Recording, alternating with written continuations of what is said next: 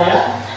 Ya, jadi yang saya hormati Bapak Kepala Sekolah SMP Negeri 22 Kulon, Kabupaten Padang Utara Sumatera Utara, juga Bapak Wakil Kepala Sekolah SMP Negeri 22 Kulon, demikian juga Bapak Ibu yang berkenan hadir pada siang hari ini.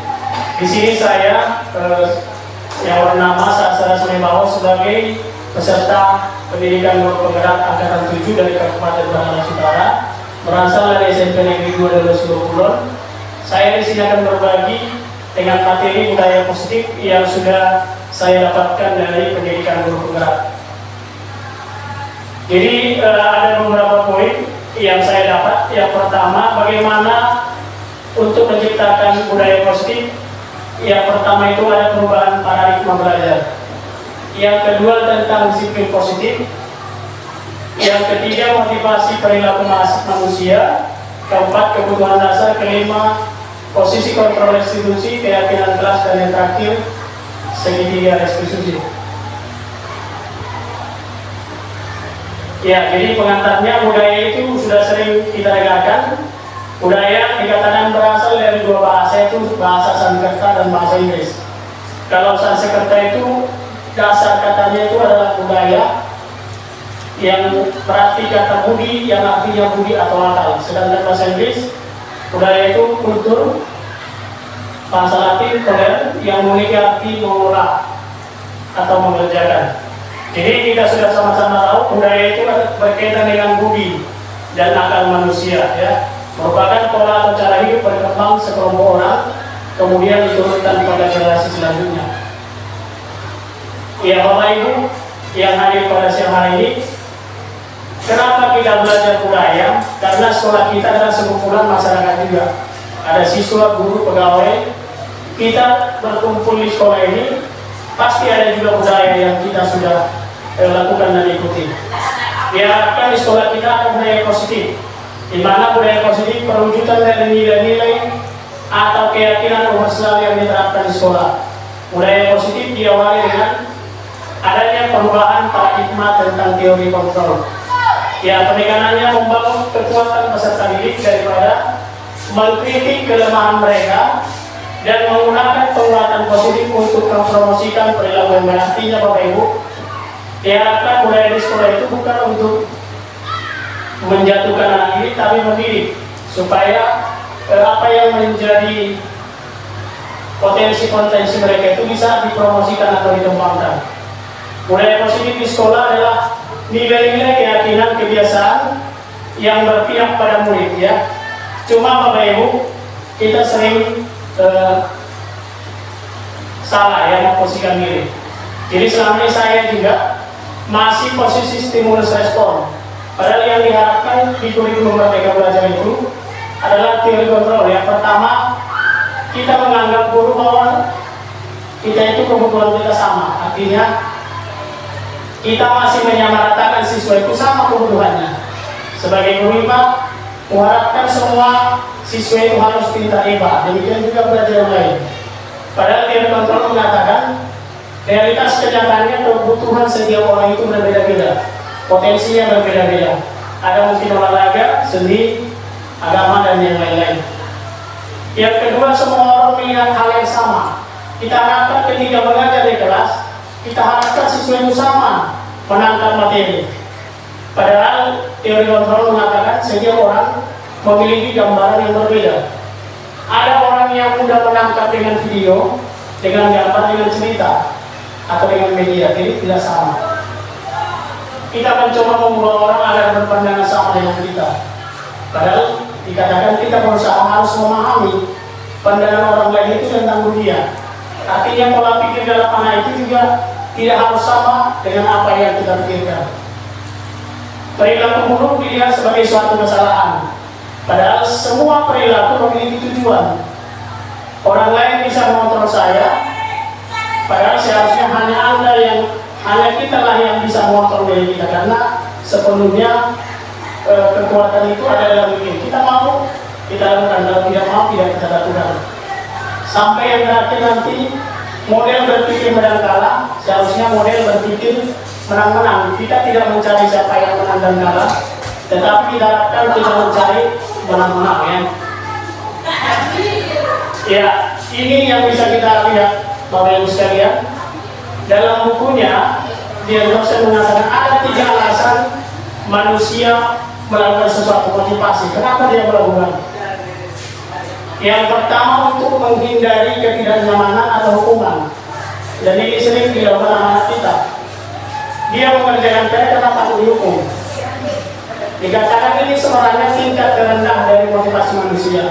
Kalau seseorang takut karena dihukum, takut karena dibilang saya, takut karena semua konsekuensi, dia itu adalah tingkat motivasi yang paling rendah, semangatnya sangat lemah. Yang kedua, ada orang mendapatkan imbalan atau penghargaan. Dia belajar sungguh-sungguh atau bekerja supaya dapat imbalan. Ini normal, tapi ini dikatakan masih satu tingkat di atas dari yang pertama tadi. Yang diharapkan yang paling sempurna adalah motivasi menjadi orang yang mereka inginkan dan menghargai diri sendiri dengan nilai-nilai yang mereka percaya. Artinya diharapkan siswa itu dan guru melakukan segala sesuatu itu bukan karena hukuman, bukan karena imbalan, tapi keyakinan nilai-nilai yang dianggap benar, sehingga dia sungguh-sungguh melakukan perannya sebagai murid atau sebagai guru. Inilah namanya motivasi intrinsik ya. Jadi kalau siswa memiliki motivasi intrinsik, mau ada hadiah, mau ada hukuman, dia tidak masalah. Yang penting dia yakin belajar sungguh-sungguh akan mencapai tujuan, dia akan tetap belajar. Kemudian 5 kebutuhan dasar manusia. Jadi Bapak Ibu saya juga belajar, setiap kita dan termasuk siswa ada 5 kebutuhan mereka. Yang pertama, kebutuhan untuk bertahan hidup. Jadi tidak ada manusia yang tidak mau bertahan hidup. Kita bekerja, kita bersosialisasi bermasyarakat supaya kita tetap bertahan hidup ya, aman. Yang kedua, setiap manusia membutuhkan cinta dan kasih sayang. Pasti kita membutuhkan cinta dan kasih sayang dari keluarga, dari teman, dari sahabat, anak, dan yang lain-lain. Yang ketiga, setiap manusia membutuhkan kebebasan. Tidak ada manusia yang mau dikekang, tidak dikasih kebebasan. Yang keempat, setiap manusia termasuk murid membutuhkan kesenangan, rasa gembira, tertawa dan bermain. Dikatakan anak-anak biasanya ingin menikmati apa yang mereka lakukan. Jika mereka melakukan yang disukainya, anak-anak akan berkonsentrasi dengan serius. Ya, jadi yang kami pelajari, ketika kita melakukan pembelajaran yang berpusat pada murid, kita melihat bagaimana kesenangan mereka, motivasi belajar mereka akan meningkat. Artinya otak mereka terbuka, sehingga materi yang kita sampaikan akan bisa diterima. Yang terakhir, kekuasaan ya. Dalam hal ini biasanya orang ingin dianggap berharga, membuat perbedaan. Jadi ini bisa kita lihat, kalau seseorang ini ingin menonjol, ingin jadi ketua kelas, ingin jadi pengurus, sisanya lain, ini adalah bentuk bagaimana siswa itu menginginkan kekuasaan untuk dihargai orang lain. Ya, kembali ke posisi kontrol guru ya. Inilah yang diterangkan kita sebagai guru. Ada 5 yang kita terangkan. Yang pertama, ketika siswa melakukan kesalahan, kita sering bertindak sebagai penghukum. Penghukum ini artinya seperti polisi, bersalah langsung dihukum. Seorang penghukum bisa menggunakan hukum fisik, ya fisik, mungkin kita cubit, kita pukul. Hukuman juga bisa verbal. Verbal itu mungkin kita maki atau kita dengan kata kasar bisa juga. Ini yang paling rendah Bapak Ibu. Kemudian yang kedua, pembuat merasa bersalah. Ini pembuat merasa bersalah, kita buat dia supaya merasa bersalah sehingga dia berubah. Mungkin bisa kita bilang, aku juga capek mengajari kawan. Kita mungkin di rumah juga sudah capek, kalau bapak sudah capek gini-gini, masa kau tidak melakukan yang baik. Ini juga belum sempurna Bapak Ibu. Artinya dia belum bisa berubah dengan 100% anak-anak atau murid kita. Yang ketiga, posisi kita bisa sebagai teman. Sebagai teman, sahabat, ini juga kurang pas. Kenapa? Anak-anak mungkin menganggap kita sahabat, sehingga apa yang kita suruh akan diikutinya. Tetapi ketika guru yang lain masuk, dia akan tidak mengikuti guru tersebut. Karena dia memandang hanya guru tersebut yang satu itu yang menjadi temannya. Yang keempat, bisa sebagai pemantau. Guru pada posisi hanya mengevaluasi, dia terlambat dihukum. Ketika melakukan pelanggaran tidak berjaya, jadi tidak ada komunikasi sama sekali. Kenapa anak-anak tersebut terlambat? Kenapa anak-anak tersebut tidak mengerjakan PR? Yang kelima, yang kami belajar juga, seandainya kita itu sebagai guru adalah sebagai manajer ya. Jadi Bapak sekolah juga berposisi sebagai manajer banyak di sekolah. Manajer itu artinya dia manajer bukan hanya penghukum, pemantau, tapi ada komunikasi. Mempersilahkan murid mempertanggungjawabkan perlakuannya, mendukung murid agar dapat menemukan solusi. Artinya ketika siswa bermasalah, kita panggil dia komunikasi. Kira-kira apa masalahnya? Kenapa dia terlambat? Kenapa tidak mengerjakan PR? Jadi tidak langsung kita berikan hukuman, tidak langsung kita vonis dia bersalah, karena dikatakan tadi semua yang dilakukan manusia pasti ada tujuannya. Semua yang kita lakukan ada tujuan. Itu yang pertama tadi. Ya, ini yang terakhir, kedua terakhir. Makanya diharapkan kita sebagai guru ada keyakinan kelas dan keyakinan sekolah. Jadi ini sudah kami buat di kelas. Kenapa harus keyakinan kelas? Kenapa tidak peraturan sekolah? Kenapa tidak tata tertib yang dulu lagi? Kenapa? Kalau tata tertib itu sepertinya seperti hukum dari atas dia. Yang membuat itu sekolah, siswa harus patuh. Tapi kalau keyakinan itu muridnya yang kita ajak komunikasi, apa kira-kira keyakinanmu di kelas ini? Ya, kita ajak mereka berkomunikasi, menghargai guru. Kenapa keyakinan? Karena keyakinan ini adalah menekankan hati yang paling dalamnya. Kalau kita beryakin itu benar, pasti kita akan teguh mempertahankan kebenaran itu. Tapi kalau hanya disuruhnya, jangan terlambat. Besok bisa terlambat lagi. Tetapi kalau keyakinan keras, keyakinan sekolah, mudah-mudahan itu dikatakan akan membuat murid itu akan tetap melakukan yang diyakini benar. Ya, ketika ada masalah, kita bisa menyelesaikannya dengan segitiga restitusi ya. Jadi seperti yang kami sampaikan tadi, ketika ada masalah, kita bisa membuat yang pertama menstabilkan identitas. Saya yakin kita juga sudah pernah melakukan ini. Artinya menstabilkan identitas ini, ketika ada siswa yang bermasalah, kita jangan tekan dia dulu. Jangan kita buat dia sampai merasa sangat-sangat bersalah. Kita buat dulu dia nyaman. Udah, kenapa nak? Ya nggak usah takut. Semua orang pernah berbuat salah. Bapak pun pernah salah. Ibu ini pun pernah salah. Kenapa? Jadi ketika kita stabilkan emosinya, dia akan cerita dengan jelas. Oh seperti ini, seperti ini. Kemudian baru kita masuk ke validasi tindakan yang salah. Validasi, kita cari tahu masalahnya. Kira-kira apa rupanya masalahnya tadi? Seperti apa seperti? Akhirnya kita buka akan menjelaskan masalah yang terjadi kepada dia. Baru yang terakhir menanyakan keyakinan. Ya, ketika kita sudah buat keyakinan kelas dan keyakinan sekolah, kita tanyakan. Kami juga sudah pernah membuktikan ini. Apa kira-kira keyakinan yang sudah kau langgar? Karena keyakinan itu kita buat kesepakatan bersama di kelas. Seperti tadi kelas 8, dia memanggil nama orang tua kawannya, mencoret-coret. Saya panggil ke depan. Coba baca keyakinan kelas. Apa keyakinan yang sudah kita sepakati? Keyakinan apa yang sudah kau lakukan? Oh ya Pak, keyakinan menghargai teman. Jadi kira-kira gimana nak? Apakah menurut itu bagus? Tidak Pak. Jadi kita dorong dia sehingga menyadari apa yang menjadi kesalahannya, sehingga mereka sadar dan bisa memperbaiki diri ya. Ini itu kira-kira yang menjadi cara mengatasi masalah. Dan ini yang sudah kami lakukan di kelas 9, program diagnostik membuat keyakinan kelas. Artinya setiap siswa itu kita ajak dia berpikir, kita ajak dia merenungkan keyakinan apalah di kelas ini yang akan dilakukan. Baru itu kita ukur semua dan kita buat, kita tempel di itu sudah ada ya. Baru ini penerapan segitiga restitusi yang sudah kami praktekkan.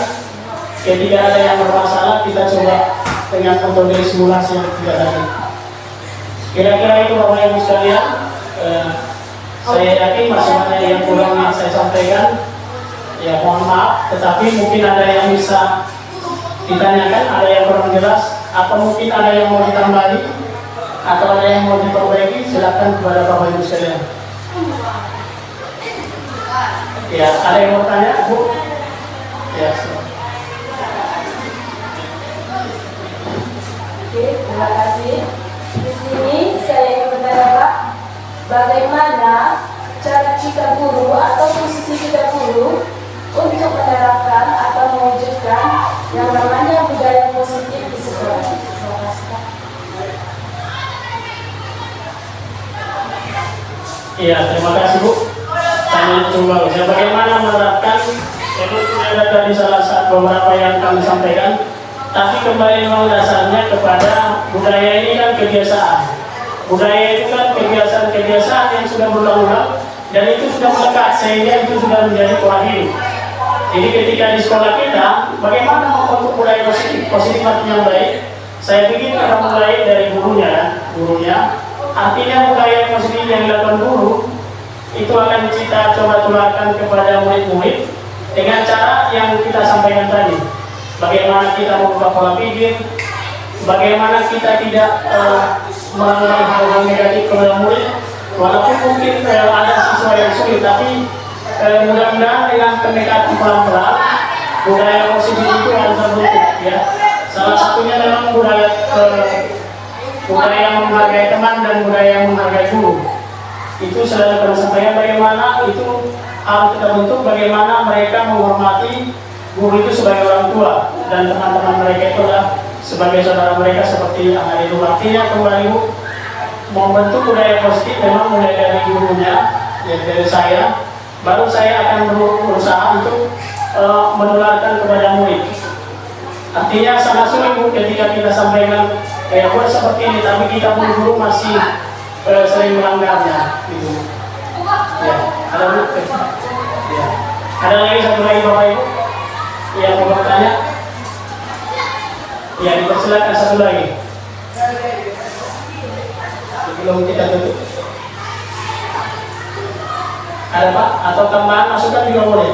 Artinya nggak hanya bertanya, mungkin ya seperti ini dengan sound di sekolah kita ini kan ilmu juga. Saya waktu belajar ini ya memang pertama sulit karena yang kita hadapi misalnya tidak seperti tapi memang merupakan bagaimana memaksimalkan potensi peserta didik dengan memerdekakan mereka itu tadi, memerdekakan potensi mereka, memberikan fokus pada murid, melihat kebutuhan mereka bahwa mereka berbeda.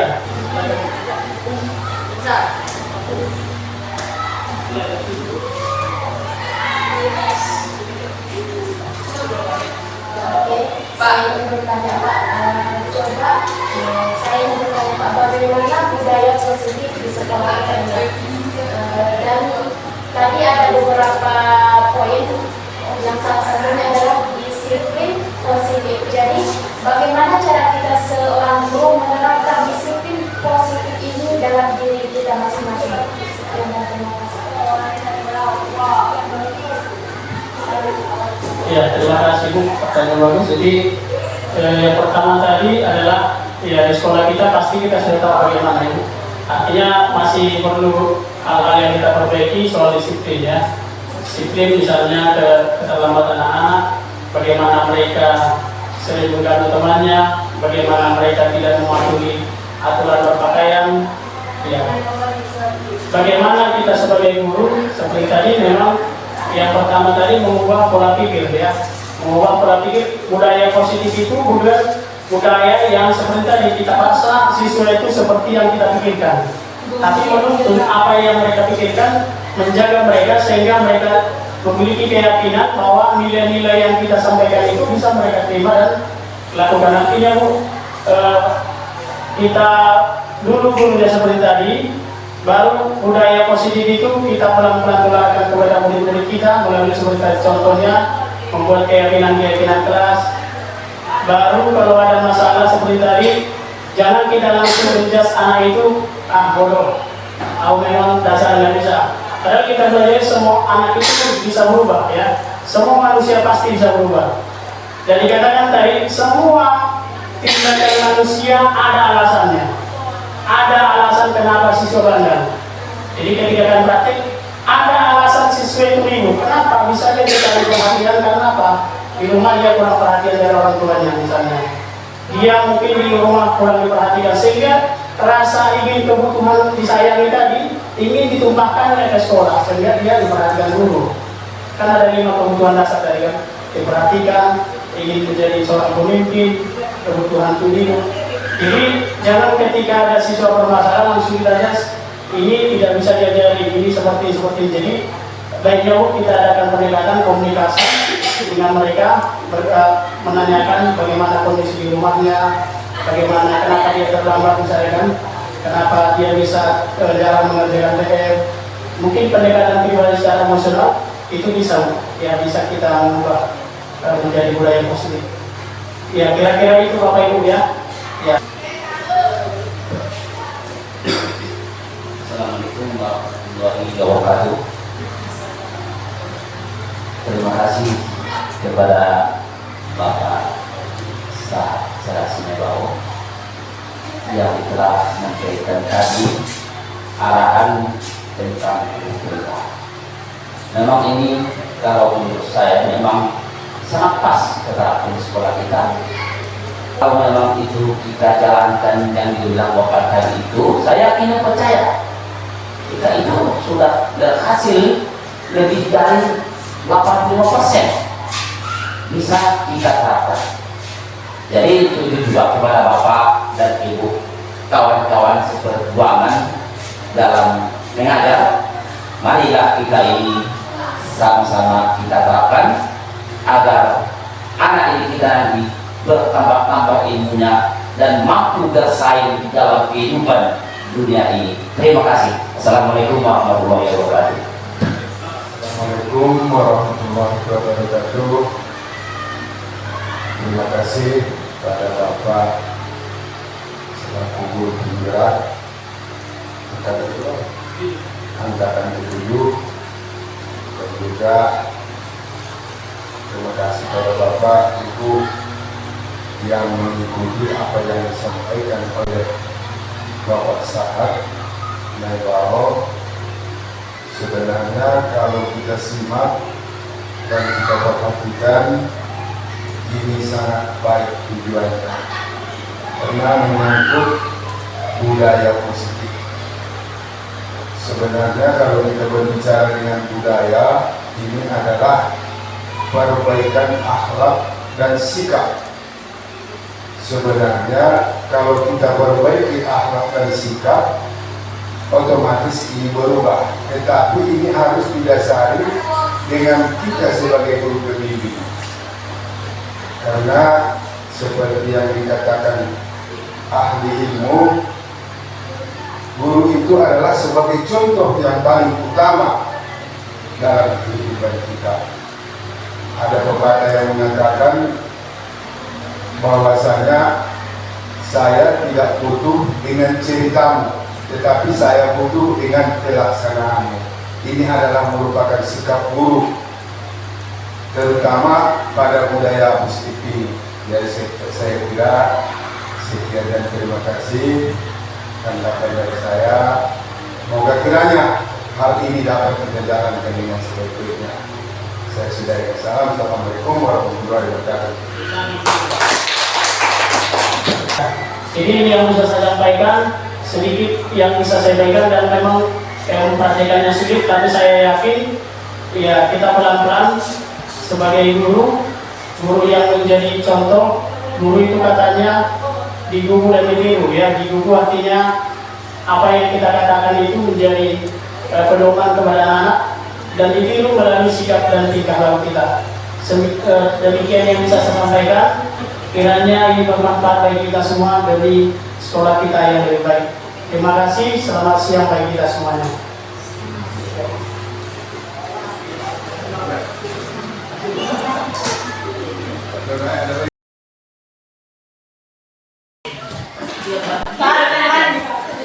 Oke, selamat pagi anak-anak semuanya. Kita mulai pembelajaran pada semester ini. Kita akan membuat keyakinan kelas di kelas kita, kelas 8. Keyakinan. Kenapa keyakinan? Karena keyakinan itu adalah kalau seseorang sudah yakin dia benar, pasti dia sungguh-sungguh akan mengerjakan dan dia tidak akan terganggu. Kan? Dia tidak akan mau digoda. Kalau sudah yakin misalnya si Husni, yakin dia adalah maksudnya yakin yang dijalaninya benar, yakin itu jalannya, misalnya disuruh ke Simundol kan, ke Simundol kau sini naik kereta dia, udah yakin dia itu jalannya. Tapi ada di tengah jalan dia itu ke Simundol ke sananya disuruh ke Rasipioma. Mana Husni? Mau kau mengikutinya? Kau akan tetap lurus jalan ke situ karena kita sudah yakin itu jalannya. Demikian juga keyakinan jelas. Kalau sudah yakin kita itu, apapun gangguan teman kita, ayo melakukan yang ayat ini. Jangan mau kita mengikutinya karena keyakinan yang benar itu sudah kita yakini dalam hati ya. Di dalam kelas kita, apa contoh keyakinan yang harus kita lakukan? Yang menghargai guru ya kan? Kalau orang yang sudah memiliki keyakinan guru itu harus dihargai, dia nggak akan pernah bermain-main, dia tidak akan pernah menjauh-jauh guru, dia tidak akan pernah ribut ketika gurunya marah. Satu lagi antara kita dengan kita, antara siswa dengan ya kan, tadi kan menghargai teman ya kan. Kalau kita sudah menghargai teman, nggak mungkin lah kita panggil nama orang tuanya ya kan, setuju bisa ya. Artinya kita hargai teman itu adalah manusia yang seperti aku juga dihargai, nggak boleh menyakitinya ya kan. Saling menghargai. Ya, oke. Jadi hari ini kita akan membuat keyakinan kelas. Bagaimana caranya? Bapak akan memberikan kertas ini. Nanti kau tuliskan 1, 2 keyakinan yang akan kita sepakati bersama. Baru nanti gantian maju ke depan. Oke. Tulis pakai pulpenmu. Ya, jadi ditulis. Apa keyakinan yang menurutmu akan kau lakukan?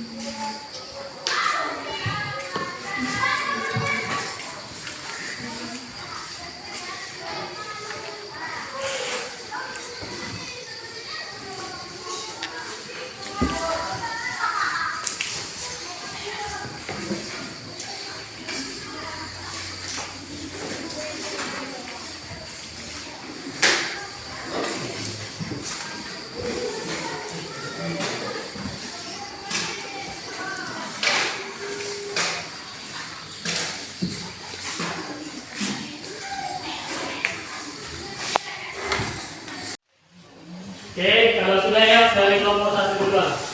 Dan kita lihat apa keyakinan kelas yang kita akan sepakati. Dari sini ya. Ya, di kelas sini. Turun ke bawah ya. Ya. Silakan. Ya, nomor 2 di bawah ya, sampingnya. Sampingnya ya. Di bawahnya dibuat satu warna di bawahnya. Ya, ini kelompok 3 di sini. Di kelompok sampingnya. Ya. Kelompok 4 di sebelah sini ya, begini itu. Jangan sabar-sabar.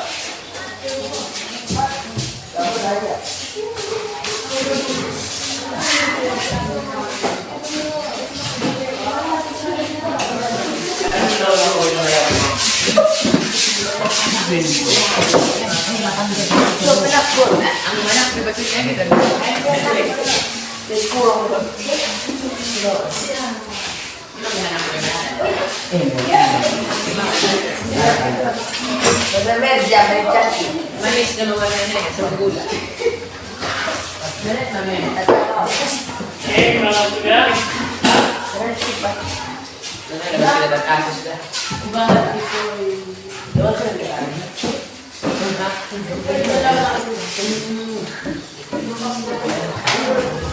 Jadi dari sini akan kita gabungkan ya dari keyakinan kelas yang kita sepakati bersama. Dari nomor 1 yang pertama ya.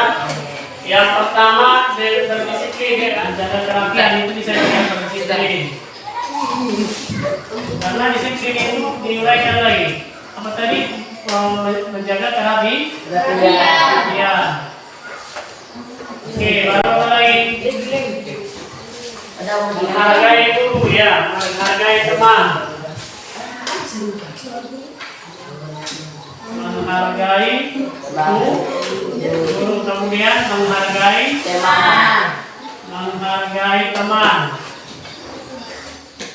Oke, kemudian ini menghormati teman sama guru, menghargai waktu, menghargai guru.